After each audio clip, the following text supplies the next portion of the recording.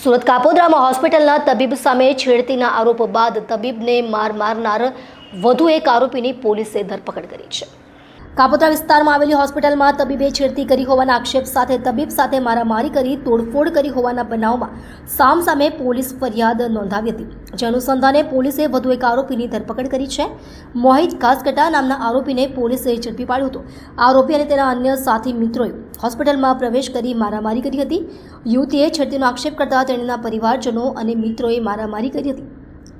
યુવતીની ફરિયાદને આધારે પોલીસે સામસામે ગુનો નોંધ્યો હતો। ગત 29મી જાન્યુઆરીના રોજ આ ઘટના બની હતી।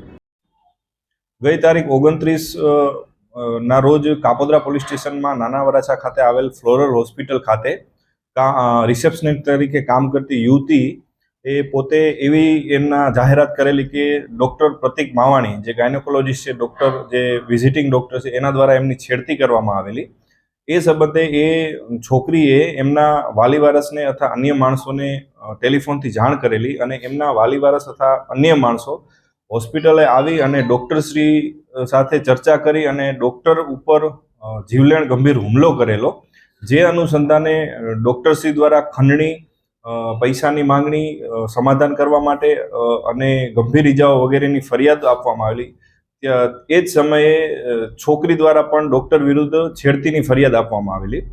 આ બંને ફરિયાદોની તપાસ તટસ્થ રીતે ચલાવવા માટે ઉપરથી સૂચના અને માર્ગદર્શન મળતું હોય ડૉક્ટરશ્રી હાલ આ જીવલેણ હુમલામાં હોસ્પિટલમાં સારવાર હેઠળ છે અને જે ડૉક્ટરશ્રીએ ફરિયાદ દાખલ કરેલી છે ખંડણી અને મારામારીની, તે પૈકી એનો મુખ્ય આરોપી મોહિતભાઈ ભગવાનભાઈ ઘાસકટા તેની ગઈકાલે રાત્રે પોલીસ દ્વારા ધરપકડ કરવામાં આવેલી છે। અગાઉ પણ એક આરોપીની આ ગુનામાં ધરપકડ કરવામાં આવેલ છે અને અન્ય આરોપીની શોધખોળ હાલ જુદી જુદી ટીમો બનાવી તપાસ ચાલુ છે।